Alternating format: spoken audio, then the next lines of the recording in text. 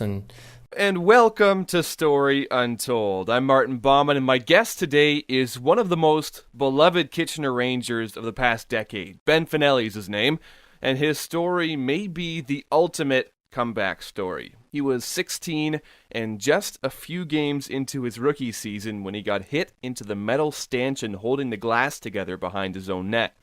He woke up in the hospital and was told his career was over and that he may never live independently.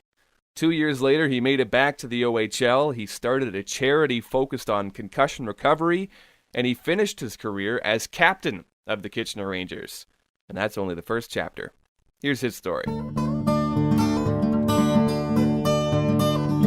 You know, when I think about your story, it really speaks to the power of bouncing back from having the odds stacked against you. Here you were, a guy, 16 years old, really a kid at the time, and being told your playing career could very well be over. What do you attribute all that to, that ability to bounce back from something like that?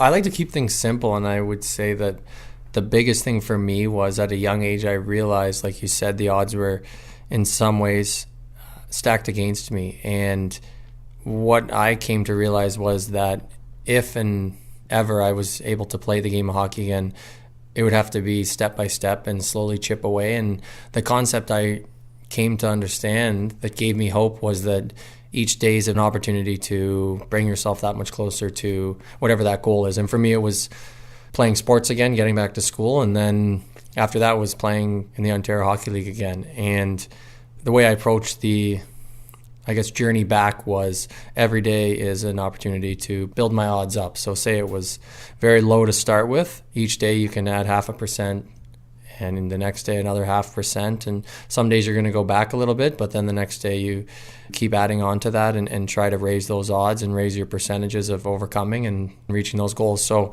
instead of overcomplicating it, that was my approach, whether it be eating healthier, waking up 10 minutes earlier, really simple stuff, but in the grand scheme of things, when you take 2 years of that, you can really make some headway, and I was lucky enough to be able to do that.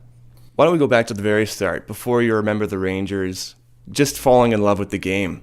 You're an Oakville guy, right? So tell me about the sports that you fell in love with growing up and when it went from just being a kid playing sports to thinking hockey is the one for me.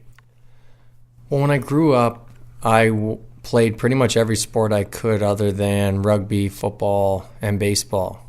Mostly everything else I gave it a shot. Soccer and hockey were my biggest sports. With an Italian background, soccer was definitely a big part of my life, equally as big as hockey. And as I grew up and had to pick my sport, I leaned towards hockey. Two other sports I really enjoyed was lacrosse. I have a best friend that plays pro lacrosse, and that sport I still love and always did as a kid. I wish I played more of it as a kid. And swimming. Swimming is one I really enjoy. I'm not that good at it, and I don't think my body type is quite fit for speed in the pool, but I love the workout. I love the concept and love everything to do with it. Enjoy watching it during the Olympics. So I'd say growing up, my biggest sports were hockey and soccer.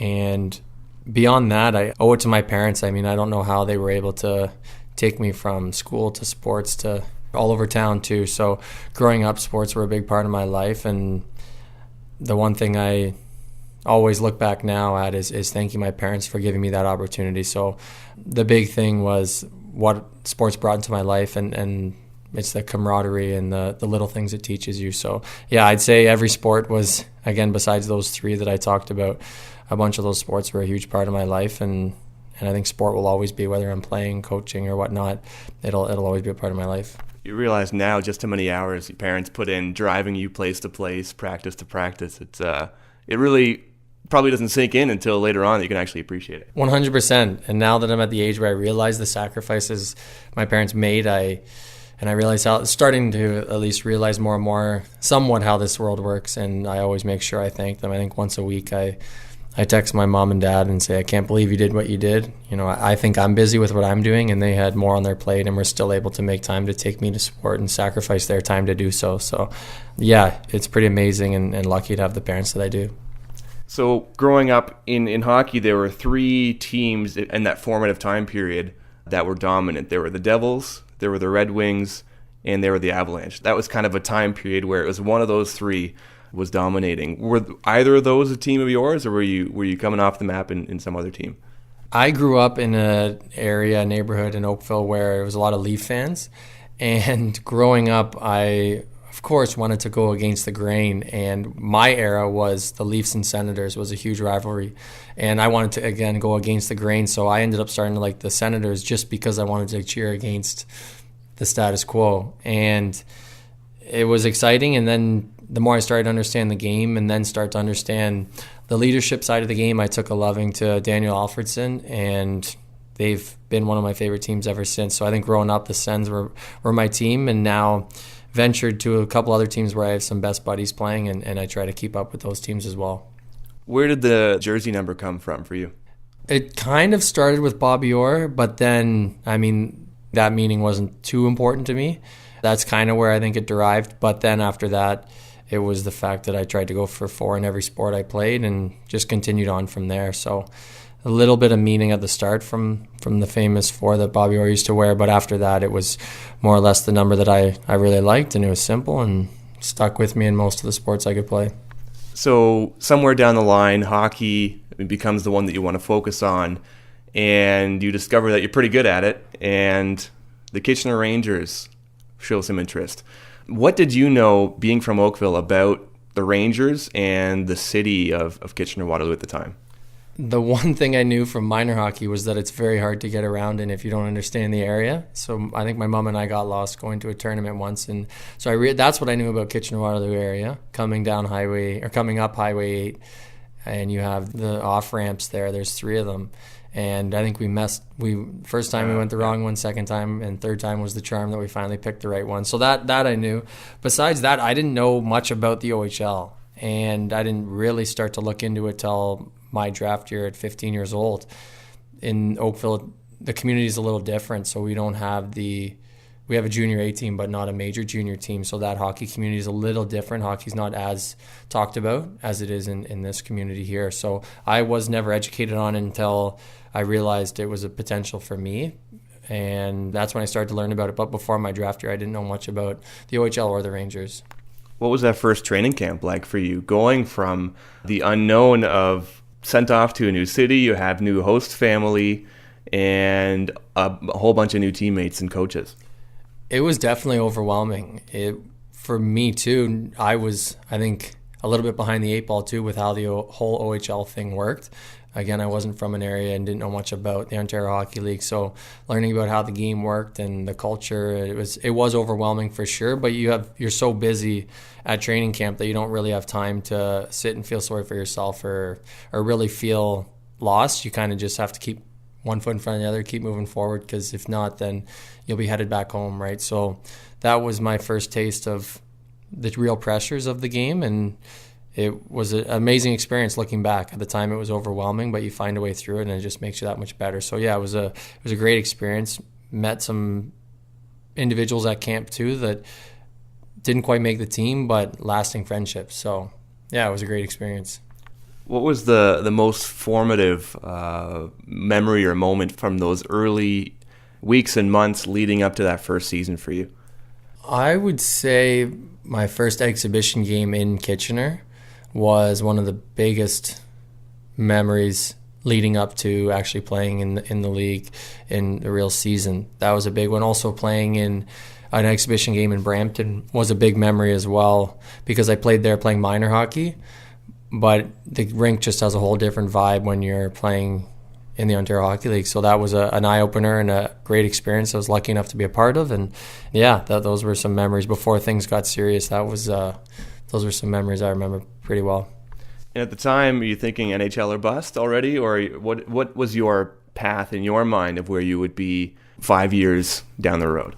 At that point, I think it's almost standard across the board when you get that opportunity as a 16-year-old that your ego's pretty well intact, to say. I wouldn't say cocky or conceited, but when you're at that age and you're naive and a lot of people and your friends look up to you as a hockey player, without the education of really how hard it is to make it and the experience of actually playing a full season, you're pretty confident with yourself, thinking that, you know what, here's a good opportunity to play professional hockey one day. And that's where I thought things were going to go. And that's really, I think, at that time, not necessarily an unhealthy mindset, because you do have to be really committed to the game and you do have to believe in yourself. So that's where my mindset was as a 16-year-old. And I knew I had lots to learn, especially that first camp, like I said, experiencing that first bit of pressure and realizing the caliber of the game definitely checks your ego, and you have to find a way to really believe that this is something you're going to do, and you're going to be able to do it 64 games of the year.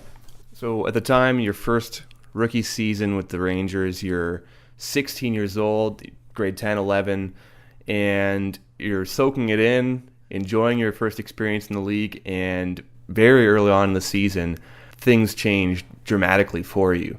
Put me in that place as far as what happened and what you remember happening. So if I tell the story from my point of view, we kind of miss the 24 hours around the injury, but what I do remember is the game before in Brampton.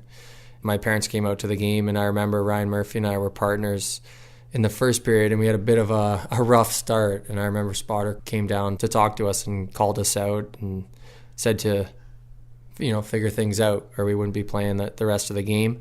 And we did. I remember we woke up and had a great second and third, and felt really good after the game, actually. And I remember talking to my parents after the game, gave them hugs, and started loading the bus as one of the rookie duties. And then at that point, I woke up in the hospital. So what had actually happened was I got on the bus and we went back to Kitchener and unloaded the bus, went home, had a regular day the next day and pregame, whatnot, and played the game and had my injury. So I don't remember any of that. Where I do start to remember again is when I woke up in the hospital, and I couldn't tell you which day it was, but when I came to in the hospital, I remember the doctor was standing to my right and my mom was sitting to my left. And as I started to come to, my mom said, "Ben, do you know why you're here?" And instantly I started to tear up, because I had no concept or no idea why I was in that hospital bed. And I was shaking my limbs to try and figure out what the problem was. What did I break this time? What stitches did I get this time, kind of thing. But my body felt fine. And before my mom could chime in and tell me what had happened, the doctor chimed in and said, "Ben, after your game in Brampton the following night, home in Kitchener, you were hit behind your net, your helmet fell off, and he said that my head hit the metal stanchion that holds the glass in place, fell to the ice, and was airlifted to where I was in that hospital bed." And he said that sports were completely out of the question for the rest of my life. He said that if I did go to school, I would need 2 years off and would need a teaching assistant in all my classes. And then the last thing he had to say, which was really the scariest thing he had for me as I woke up, was that I may not be the same person I was the first 16 years of my life. So I guess that's the long way to answer your question. How it went that night or that week was that you went from, like we had already discussed, being told that you'll have a chance to play professional hockey one day, growing up playing every sport you could, to being told that you'll never really have the opportunity to play sports again. So at that point, it was hard to really focus on that, even though that is a big hit to the ego, of course. But at that point, I wasn't sure what state I was in, just in being. So it was hard to really worry about playing sports at that point. It was more, am I going to be okay? What's going on, kind of thing. Where am I? How did I get here? Was still first and foremost. Second was the sports part, but I was thinking we can deal with that later. So that's what happened that night. That's my memory of it.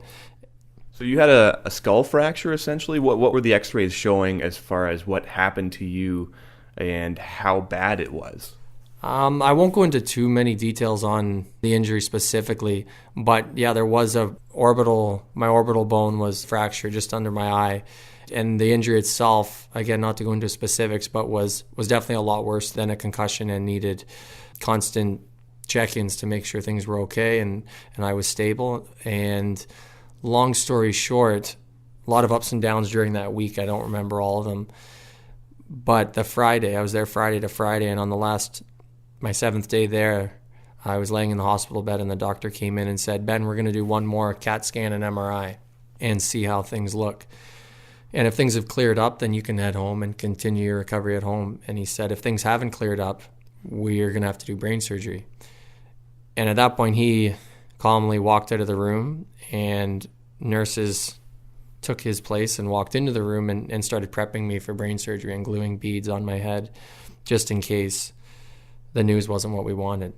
So what felt like an hour, I think it was only about 20 minutes. My time there is kind of skewed, but my mom came and sat on the bed with me while we waited for the results and waited, and we were trying to stay positive. My dad came in, and I laugh now. At the time, I wasn't thinking it was too funny, but he came in the room and said, "Ben, I'm going to go start the van and pull it up front so that when we get the good news and you can come home, you won't have to wait for me to go grab the car or wait for the car to heat up," which is funny now because I think he's a huge source of my optimism and positivity. So he left the room and we're waiting and waiting. And finally the doctor walks back in and says, "Ben, we're not able to explain how you feel the way you have, but you're going to be able to head home today and continue your recovery at home." And after that, it was 2 years of recovery and whatnot. But that's where, at that point, they put me in the wheelchair, wheeled me downstairs, and lo and behold, my dad was there with the side of the van door open, and I got in the car and we headed home. And yeah, then 2 years of work ahead of me. Just a rush of relief hearing that news, going from, you could have brain surgery to you're heading home to your parents and your family again. Yeah, it was... At that point, there wasn't really a worry for that split second. It was unbelievable. And then the next morning, that's when the reality set in of life's going to be a little different. And for the first month, it was more, there was a lot of precautions. So I wasn't really sure. I was also on anti-seizure medication at the time, so I wasn't really sure how things were going to go with symptoms, and do I feel this way because I'm not allowed to do much and I'm laying around all day? How was my balance, my sight? It was all a little bit off to start, and memory was a little bit off, but we weren't sure what was because of the medication, what was because of me being stationary for most of the day and not my normal lifestyle. Is that why I felt bad? Is that why I had symptoms, or was it because of the injury? And as I slowly pushed it, and when I say push it, I mean 2 walks around the block instead of 1, what I was allowed to do. And that became a walk around the block and then some Sudoku. And then that became balance drills, walk around the block, Sudoku, nap. And each time I could do something without any issue, I would add something else to it. Do that till I have no issues, add something else to it. And I don't know what I did to cause the healing, but what I do know is, again, going back to what we started with, is I was doing a little bit of everything to try and raise those odds of forcing my brain to heal. I was even getting massages on my neck and changing my diet to be healthier, higher in omega-3s, and I'm not trying to give advice or nutrition advice on how to heal a concussion. These are just things I did, and doing a little bit of everything, and that ramped up to working out at about 95% after about, I'd say, 5 months of recovery. And then the following year, I stayed with the Rangers again. So I moved back with the Rangers, after that. About 2 months of being home after my injury, I moved back with the Rangers and was doing all that stuff at my billet house here in town and going to all the games, doing all that stuff with the team. The following year, decided to move back with the team, even though I wasn't allowed to play. It was just such an amazing community to be a part of. There was support everywhere, which is another big part that we can get into about why I'm here today. I think this community is a big part. But anyways, 2 years of working on healing and forcing myself to heal was a mindset I had, and decided to do a triathlon and train for a triathlon. And 2 years later, right before another appointment with the neurologist, I was lucky enough to complete a triathlon in Milton. In those early weeks, as you're back home and you're walking around the block, is it a matter of just getting physically tired from that exercise and then having to stop, or did you feel like you could do more, but you're getting that advice that you really got to take it easy right now? A bit of both. I'd say more the fact that I was told to take it easy and not push it too hard, so that was more the issue. I think I started to get my energy back. And funny story, actually, the reason I did move back with the team, not to skate or do anything with the team, but just be a part of the team, was my mom one day said, "Ben, you're really starting to drive me crazy again," because I was back living at home. I was starting to get my energy back, act like myself. And she said, "You're really starting to drive me crazy again," obviously being a little facetious. And she said, maybe we should move back with the team, see if you can get back into high school. And that right there was the point where things really started to ramp up. And that's where I feel I really started to get back to 100%. And I have this community to thank for it. When I moved back with the team, I remember we went when they had a game and they welcomed me back, and the stadium erupted, and it was absolutely incredible. And that's when I was just the tip of the iceberg of when I realized how absolutely incredible the Kitchener-Waterloo community is. And I walked into the change room. Everyone was super happy to see me, and I remember I was in Spotter's office. Steve Spott, my head coach at the time, he said, "Ben, you're a part of this team for the next 5 years, if you want to be. We're going to leave your stall there. That's your spot. You're part of this team, whether you're in the lineup or not." And he said, "Your role is going to be up to you, what you want to do, but for the next 5 years, or 4 years, depending, 5 for an overage year," he said, "just like your contract says, you're going to be a part of this team." And again, that was just the beginning of an incredible 2 years of support. And whenever I do speak in this community, which I've had the lucky enough opportunity to do so, I always make sure I thank the audience, because that arena, those 7,000 people plus, just being in the community doing stuff. There were times where I would go into Tim Hortons and people would stop and say, "Hey, are you Ben Fanelli? Well, I wish you a strong recovery. I hope to see you playing again, but if not, I wish you the best with whatever you do with your life." And it was those little things constantly. And then being around 23 of my best buddies, my teammates that were constantly supporting me, you put all that into 2 years, it's again amazing what you can overcome when you have the right people around you. And this Kitchener-Waterloo community was the perfect formula for that. This was all before you get the go-ahead to actually return to the sport and get on skates again and return to practice and everything that would follow after that. When did you get the news that it would be okay for you to get back out on the ice? Going into what would have been my second year with the team, when I realized I would start training for a triathlon, there was also something in the back of my head that was saying, you know what, maybe there is opportunity here to play again. Miraculously, 1 in a million chance, maybe there'll be a chance. So when I wasn't allowed on the ice for practice, I would go down to the gym and train, and to the point where I would swim during the day while the team was at practice, and I'd work out while the team was practicing. It was pretty actually intense of a schedule for someone that wasn't allowed to play sports. I was basically just using fitness as an outlet and where I could relieve some stress of not being able to play. And what was interesting was we booked a appointment with a neurologist 2 years after I left the hospital.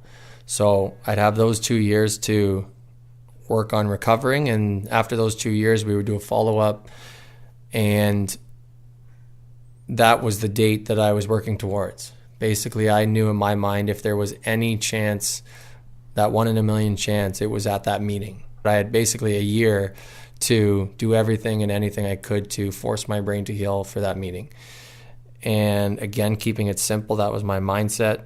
And I remember going to this meeting when I had put in the 2 years of work, knowing that there was a very, very slight chance. I had my headphones on, and it was almost like going like Rocky with my hood on, and I was just keeping to myself. My parents were driving the car. I was trying to get pumped up, and in hindsight, I don't know why, but I was really getting myself pretty hyped up for this. What are you listening to in your headphones at the time? Oh, going back to, what was that, 2010? Whatever was the mainstream in the change room at that point. I don't know if that's Black Eyed Peas or Eminem, probably some Eminem. But yeah, the music was going, and I really was hanging on this huge hope of hearing what I wanted to hear, which was that I could play again. And I remember we walked into the neurologist's office, and there were 2 computers at the doctor's desk, and they turned, basically as soon as we sat down, they turned the monitors around and showed me the scan from that evening that I was injured, and then the scan from that day, that present day of my most recent MRI and CAT scan, and they couldn't explain the healing and how I'd healed, totally healed, and would have the opportunity to play hockey again. And it was an unbelievable feeling. It was satisfaction, and it's hard to put into words because I wanted to expect it, but I didn't really expect it at the same time, because there were just so many people, newscasters, other people in the league, people in the hockey community, friends, just assuming that hockey would never be a sports at all, right? Would never be a part of my life again. And it was pretty incredible to hear that news, and then knew there was more work to do. When I was lucky enough to go back to the Rangers at camp, Spotter had said that I would have to make the team just like everyone else, which is how I'd want to be treated. I wouldn't want to be treated any other way. And that meeting was a big turning point in my life and opened up the opportunity for 3 unbelievable years that have shaped me into the person I am today.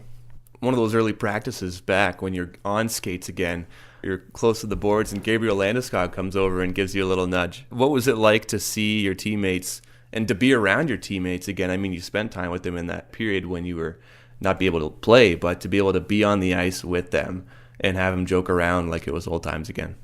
It was pretty funny. I remember him doing that like it was yesterday, and he was a huge support system that I had, especially in the position he was, where he didn't need to take the time to support me. He had to worry about being a first-round pick and starting his NHL career, but yet he still took the time to show support, and that's the reason we're such good friends today. It was funny. He said he wanted to get the first hit in on me, and he totally did that. And you know what? He said that years before. He was another person kind of in my corner and optimistic and supporting me, and said he'd be the first one to hit me when I get back, and he made sure he did that.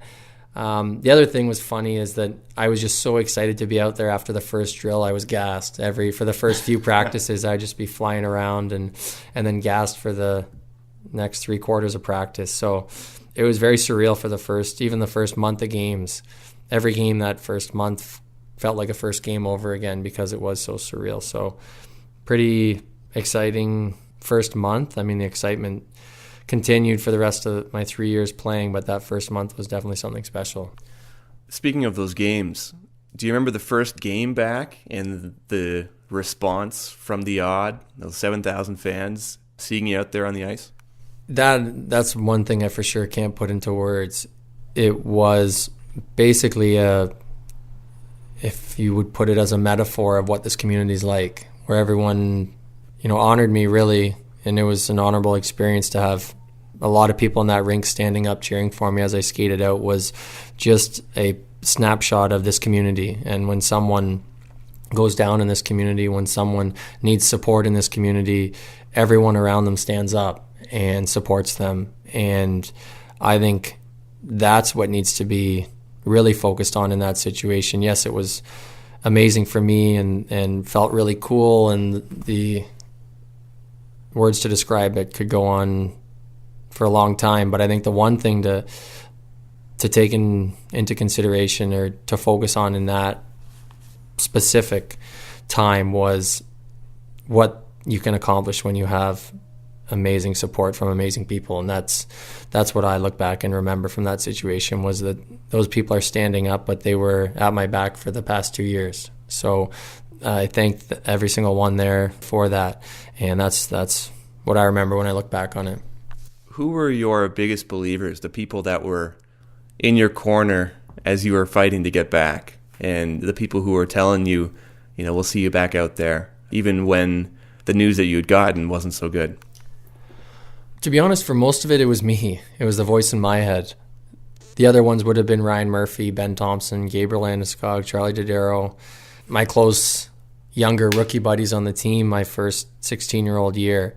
They were definitely on my side. I really think Spotter was a big believer as well, only because he saw the behind the scenes of me taking the gym key during game days and heading down to the gym and working out. And when he said that I'd be a part of the team for the next 4 years to 5 years if I wanted to, was, I think there was some hope there, and in his mind as well. Whether there was or wasn't, that's how I took it. And I think he was on my side as well, staying optimistic. I think my parents were as well. Mind you, my mom didn't like the game of hockey before the injury because of the violence of it. So this injury definitely did not help at all. And she would have liked me not to play the game for sure, if I'm being honest. And the one thing that I guess helped convince her to allow me to play was the 2 years of hard work that I put in for the opportunity. And when that opportunity was given, not that it forced her hand by any means. If she could have stopped me from playing, she would have 100%. It was the fact that the work I put in and that the opportunity was granted to me, and that I made the team again. My dad as well, I think, was very similar. He didn't show as much that he didn't want me to be on the ice. I think he was 50-50 with him wanting me to be safe, and the other side was that he wanted me to keep chasing my dream, and I think he realized I had a chance to make something of the game of hockey. The other thing that I already talked about, or the other group of people, was this community. I think a lot of people were really pulling for me, and from their side, I think weren't as much focused on the health side of things and the safety side of things. They were hockey fans hoping that a hockey player could play hockey again. And yeah, I'd say those were the biggest groups of people in my life that gave me the optimism and support I needed. Your last season with the Rangers, you get a chance to wear the captain's jersey, something that very few people have the chance to do. And for you to have that past understanding and that past perspective of being told once that hockey was out of the question, sports was out of the question, that you may not even be able to live independently the rest of your life, to be given an honor like that, and to see the confidence that your teammates have in you to be that guy for them, to be the leader in the locker room. What's that like? It was humbling for so many different reasons. At that point, I think I'd grown up a lot with the coaches I had. Every single one of the coaches I had, assistant or not, Dan Liebold, Bearcat, plus all the players I played with. I think every individual had a piece in my growth as an individual, not as a hockey player. And I think at that point, I was humbled because I realized what it really meant to be a leader in anything, not just hockey, but in a business. And I learned so much and met so many great people in this community that for me, it was just incredible to have the opportunity to be a leader and be granted that opportunity. Meant to me more than hockey. Was this is an opportunity to develop skills and be a leader in general, not just a hockey captain. And looking down the list of past captains and what those people stand for and what they've done with their lives as captains and post-career is quite humbling to be put on that list of names. My first year when I stepped into the league with Dan Kelly as my captain, those were the biggest shoes to fill. He was an absolute unbelievable captain and leader and had everyone in the room buy into what he wanted done, which was what the coach wanted done. And for him to do that with the players we had, there were a lot of signed guys on the team, a lot of guys that were about to be signed, a lot of all-stars, a lot of first-round picks. And he would know this as well. This is nothing against Dan, but he was not in that same position. He was working for a contract. Yet he still had the respect and buy-in of all those guys that had signed NHL contracts that were about to be first-round NHL picks. He had their buy-in, which is that situation alone shows what an incredible leader he was. And it's nice running into him in town today, not being a rookie, when he treats me a little nicer, we'll say.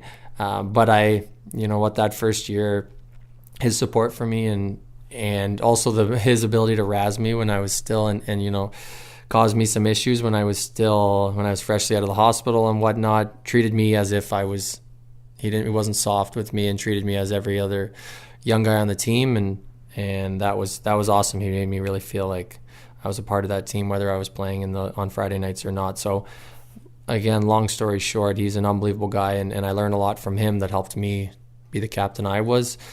Same goes for the other captains that were there in front of me as well. Michael Cadenacci, Gabriel Landeskog, and Ryan Murphy. They all had one thing that I kind of took and helped me again develop into the captain I was. I like to think I had a little bit of each of them in my leadership and even who I am today. So it was, again, very humbling and cool to be put on a list with names such as those. And the list goes on of people that were there before me. Your hockey recovery and your bounce back is only part of your story. And I think what makes you unique is what you've done outside of the game in the years since. And even in your recovery time when you started up Headstrong and what has become the EMPWR Foundation. Why was that an important thing for you to get involved in something greater than what could be, a very fulfilling thing in itself, and just dedicating yourself to sport? The biggest thing was to go back to when I was in the hospital and I was told that I may be a different person than I was the first 16 years of my life, realizing that alone I was still the same person I was and always have been. And that alone I was lucky. The fact that I got to play sports again in general and then play hockey at a competitive level again was just the sugar on top.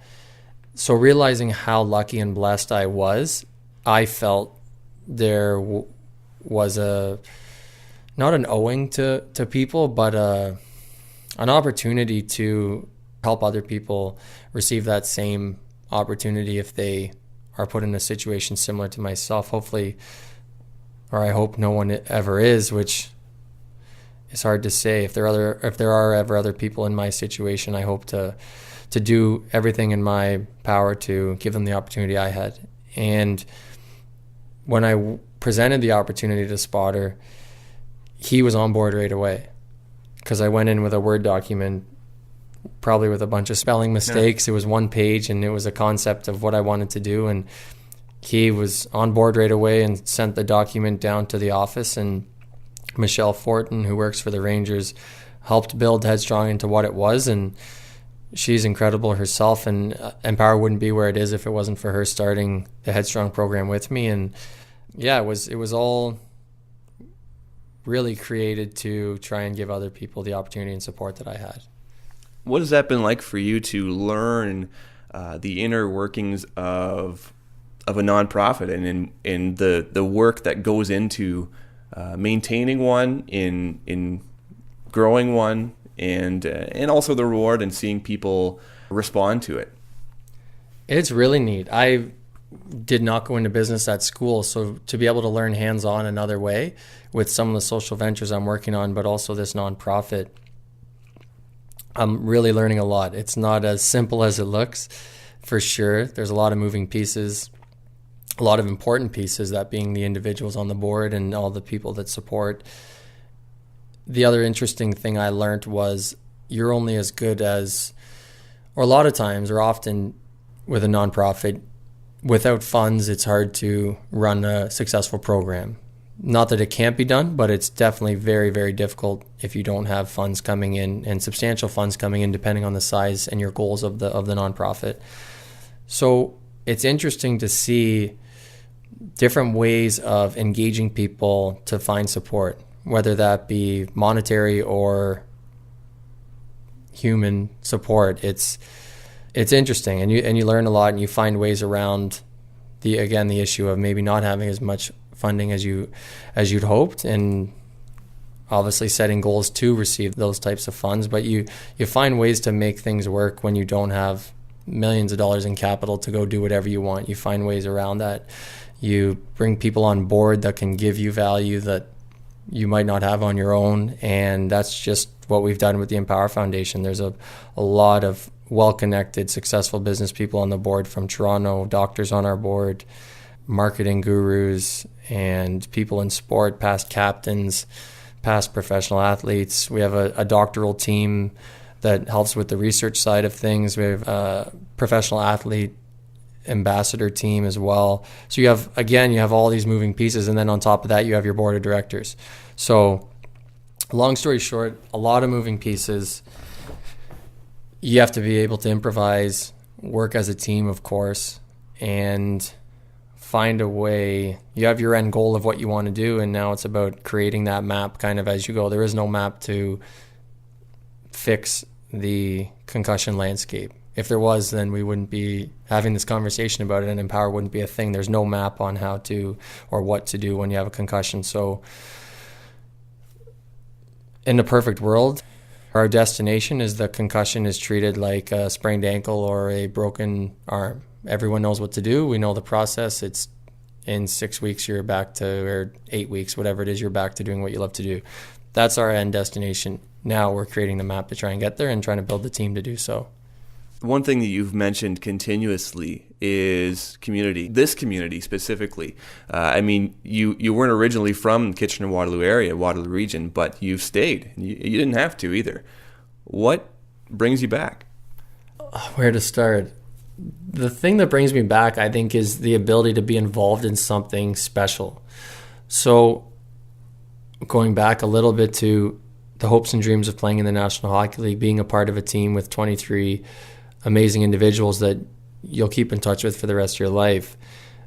When that's not taken from you, I wouldn't say taken, but when you move on from that, there may be a bit of a void that needs to be filled, and being a part of this community fills that void plus some. And it's not a hockey team, it's a community that I'm a part of, still a team. And there's challenges and you deal with them just like a team, and you have leaders and you have people that buy into the process and become leaders themselves just like a hockey team. And that's the biggest thing, I think, is that there's so many similarities to playing for the Kitchener Rangers and being a part of the Kitchener-Waterloo community.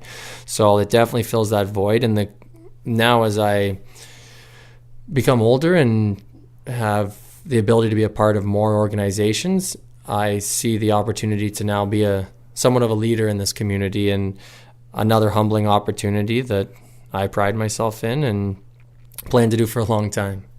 You've done so much in your short years already. What do you want to do in the years to come?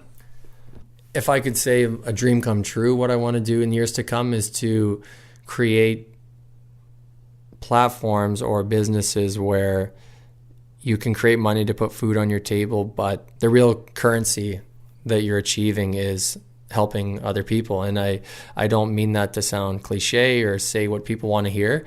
I've really taken a liking to working with people and helping motivate other people. And I think there's multiple ways to do that, and there's amazing people in this world doing it, people with millions of dollars and people with nothing that are all doing it. And I think you can't do it all. You can't help everyone. You have to find what you're going to do to play your role, play your part in making this community, but this world, a better place. And I don't know exactly what it'll be long term, but I really do hope that maybe it's one social venture, maybe it's a couple that have the ability to be a part of, or maybe lead one day and put food on my table, but help a large number of people. We'll see where that goes, but that's my goal, and we'll see what happens. Somebody would tell you, the doctor in the room as you're a 16-year-old kid, if they were to tell you, hockey, probably not going to make it to the NHL, but you're going to go on to do this, this, and this. What do you think your reaction would have been at the time? To even take that into consideration and try and comprehend that in such a high stress situation would have been tough. But if I was able to, there probably would have been a lot of disbelief in the room, especially after the news that was laid out before that I may not be the same person. Well, how would I go about doing that then? So yeah, it'd probably be a lot of disbelief if I'm being honest. I didn't think of it at the time, and even still I'm amazed at the abilities of this community. And again, it just shows you that you involve yourself with the right people and raise your odds. Maybe my goals will be something I can accomplish, just like returning to play hockey again. Thanks a lot, Ben.